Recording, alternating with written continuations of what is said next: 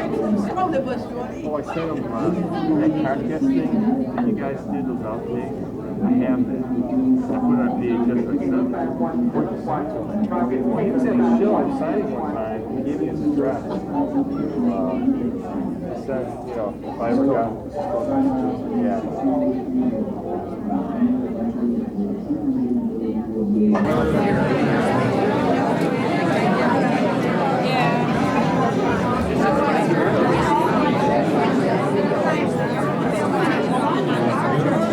Why don't we go ahead and get started?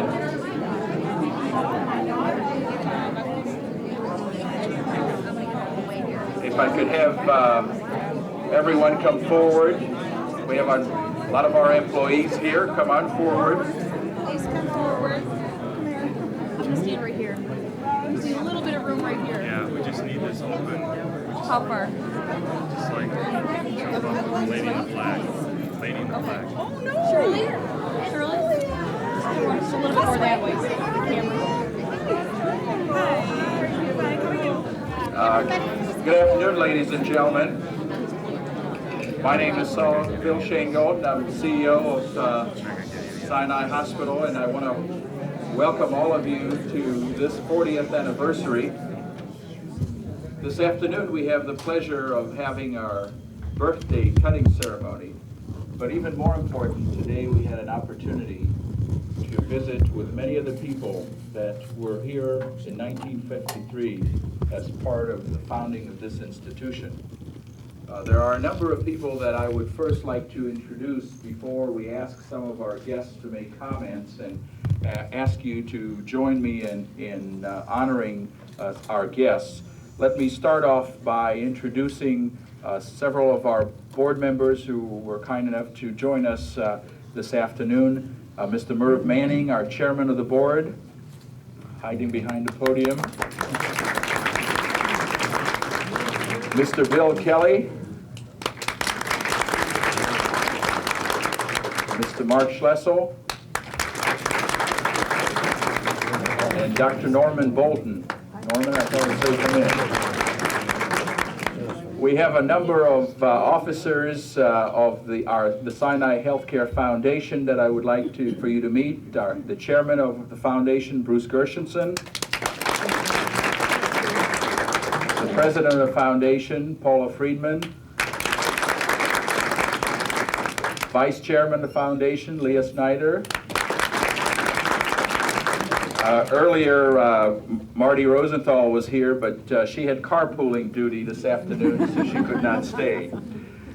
Representing the Guild, president of the Guild, Hope Silverman. Hope.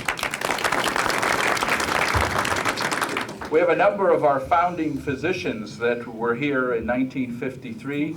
I'd like for them to take a bow. Dr. Jerry Mandel, who is also chairman of our pathology department. Phil Paven, Phil. Peter Schifrin. Dr. Marcus Sugarman. Dr. Jack Mendeberg. And Dr. Alan Berlin. The officers of our medical staff, we've already introduced Norman Bolton, who is the president of our medical staff, and Ron Trunsky. Ron, are you still here? I think Ron had an appointment to leave. The first administrator and CEO of Sinai in 1953 was Julian Priver. I'd like Julian to raise his hand, and his wife, Doris. And we have two founding board members from 1953, Dr. Harry August, and Mr. Leonard Simons. Leonard? And finally, our honored guest today, the first baby that was born at Sinai, and we'll introduce her a little bit later on, even more detail, but Lisa Levine. Lisa?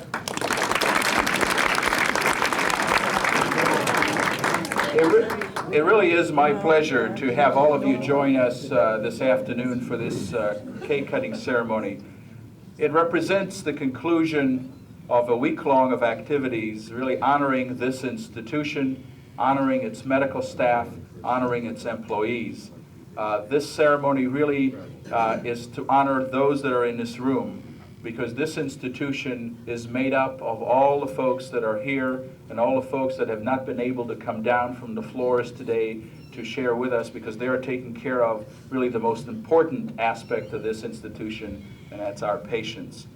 So I am not going to take much more of our time. I'm going to be the MC for this event, and I would like to call on our chairman of the board, Mr. Mervyn Manning.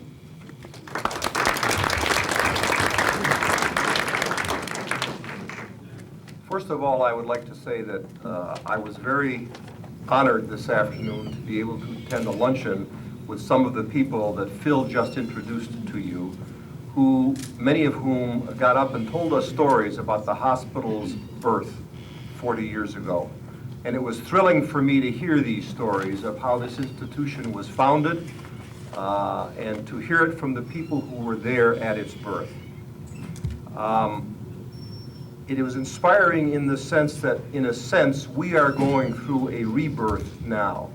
As all of you know, the hospital has had a couple of very difficult years, and in the last 12 months, or perhaps even the last 18 months, I should say, there has been really a remarkable turnaround. The hospital lost $10 million in fiscal year 1991, and we made $10 million in fiscal year 1992. That's a remarkable turnaround, even in an automotive town. And I want to assure all of you that that's just the beginning.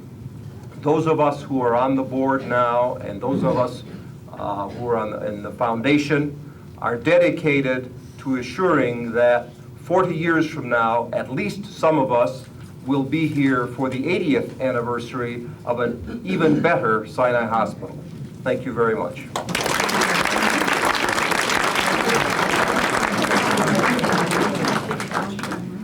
I'd like to now ask Dr. Norman Bolton, the Chief of Staff at Sinai, to join us.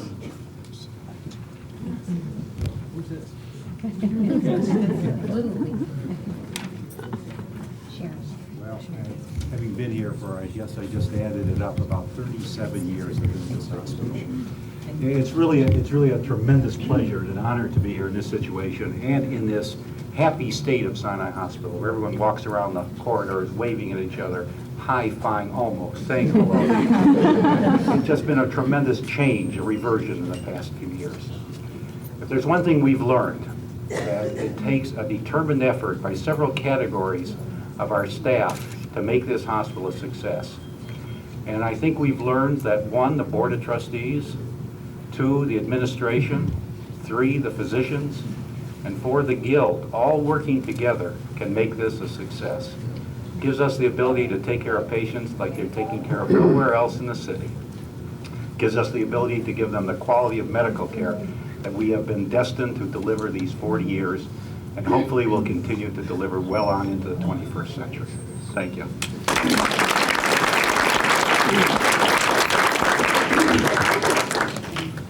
Thank you, Dr. Bolton. I would now like to call on Mrs. Hope Silverman, President of the Guild. Thank you, Phil.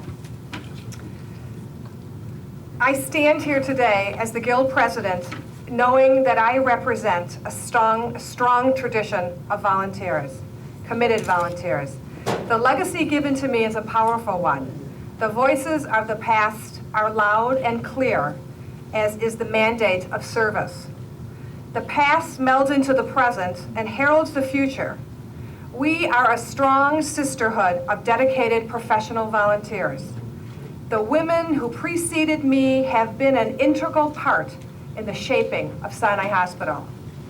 You may know that Sinai Hospital Guild predates the hospital by many years.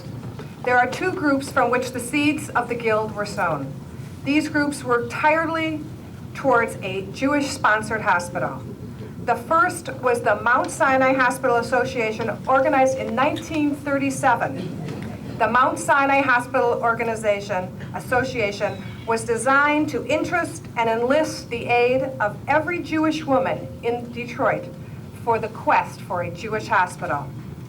This organization raised $40,000, which it donated to purchase an airplane during the Second World War.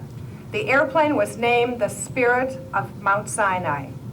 The second was a group of volunteers who helped out at the North End Clinic, assisting the doctors and the patients. The Sinai Hospital Women's Guild, as it was called then, held its first official meeting in 1952, a few months before the hospital even opened its doors. I am pleased to tell you that some of the Guild's founding officers are still active today. They are Rose Greenberg, founding treasurer, Burl Winkleman, founding executive secretary, and Esther Jones, founding recording secretary. I'd like to point out that we have quite a few Guild presidents with us here today, past presidents. I'd like to ask them to wave their hands and say hello to everyone. Paula Friedman, Lenore Dunsky-Weiss, Rose Greenberg, who else is here? And Leah Snyder.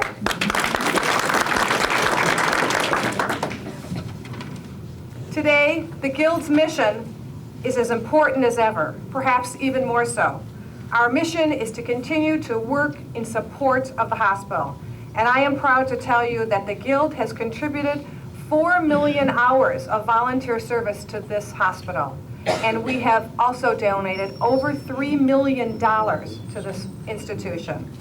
The Guild remains to this day ready to provide that extra, whatever it is, financial, emotional, or tangible to the patients in this hospital. I look forward to celebrating another 40 years. Thank you very much.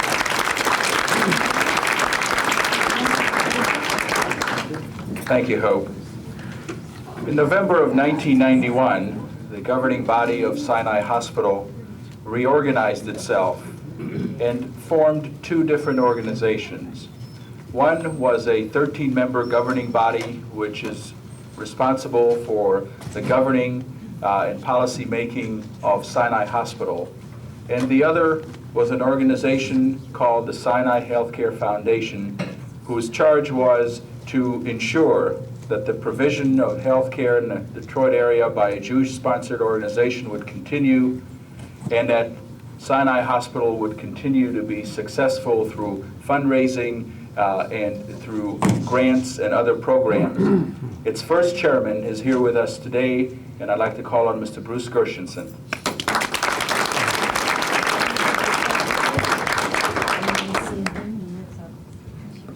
Phil, thank you very much. It's a great pleasure, and it's also a great honor to share this event with you this afternoon. 40 years of providing leading health care in the Detroit metropolitan community. This is truly a time of celebration and a time to look to the past as well as the future.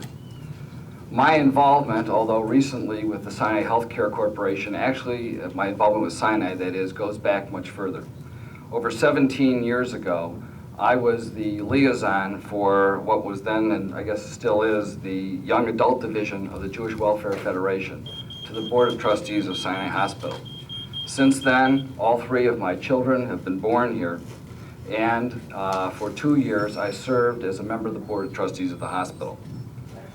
Given all of that time, I remember the good times and recently the difficult times. It is great to see how far we've come. I know that this remarkable renaissance is due in large part to all of you who are in this room today, the employees, the doctors, the nurses, the volunteers, and the members of the Board of Trustees. It only goes to show you that there isn't anything that we can't do if we all pull together. My current involvement is with the Sinai Healthcare Foundation, an organization that is committed to providing the financial support for the hospital. I am proud to lead a very dedicated team of men and women who are working to provide the funds necessary to keep Sinai in the forefront of the healthcare community of metropolitan Detroit. In 1912, a group of people who desperately wanted a Jewish-sponsored hospital marched down Hastings Street and went door to door asking, "Buy a brick to save the sick." Many people gave what they could, pennies, nickels, quarters, but they raised enough money for a start. Our efforts of fundraising are much more sophisticated today in these tumultuous days of healthcare reimbursement. Fundraising has taken on a new importance, a new dimension. I am enormously pleased to tell you that in our initial fundraising effort, which began only 60 days ago, that of the founding 500 membership, we have already raised more than $100,000. And this is just the beginning.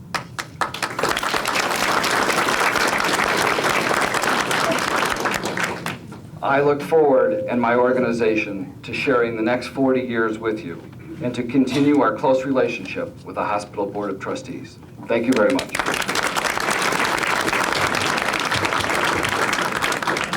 Thank you, Bruce. As I mentioned earlier, we have a special guest here today. It's the first baby that was born at Sinai in 1953. Lisa is here with her husband, David, and her dad, Bud Lazelle, and her daughter, Sharon. There she is. I'd now like to call on Lisa to be the podium.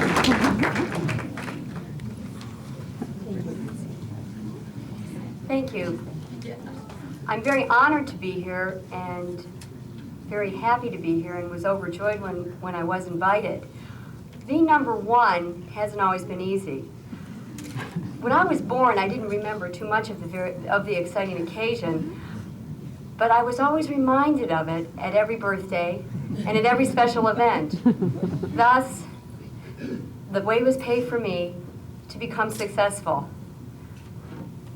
I've always been very fortunate to have a wonderful family and wonderful relatives. And when I was born, I was number one, but that proclamation would probably have disappeared if it wasn't for the fortunateness of being brought up in a Jewish environment and having such wonderful parents. As I grew up, whenever I had a problem, I easily overcame it because I had such positive reinforcement from the home. A lot of people in the world aren't that fortunate. And as a result, one of the reasons why I'm a teacher is because I can give back. So in essence, I'd like to thank my dad for being such a great dad. And I'm very happy to be here because if it wasn't for him and my family and my Jewish upbringing, I wouldn't be the type of person I am today. So I thought to myself, how can I give something back to Sinai Hospital that's of myself? Well, all through my life, I've been an artist. I was painting on Ewell Circle on the sidewalk with leftover chalk when I was 4, and those are my first memories of my attempt to do artwork. Other memories I have in Detroit of my attempt to do artwork was painting in my room, actually destroying my room when I was a teenager with op art. Well, I've progressed a little more since then, and I'm now a teacher with Richmond City Schools at George Wythe High School for the Arts. In addition to that, I've always done freelance illustration work and design work. With that in mind, I'd like to donate and give as a present to the hospital one of my illustrations that has a great deal of meaning to me.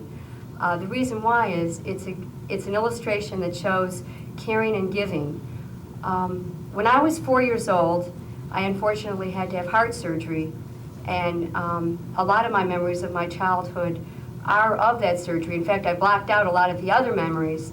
And as I grew older and studied a little bit of psychology, I began to realize why that hospital experience was so intense. Because that is an experience that a little girl has difficulty remembering. Well, I brought that experience out in this painting, and I'd like to give it as a gift to the hospital because it shows that I was given great care and attention when I was younger. And I hope that from the growth of this hospital, that feeling of caring and attention continues in the next 40 years. And I'm so very glad to be here. And thank you, all of you, for inviting me. It is a great honor.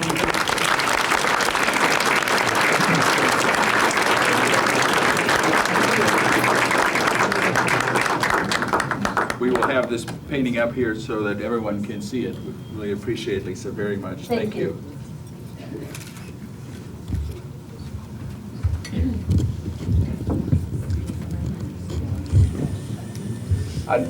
There is an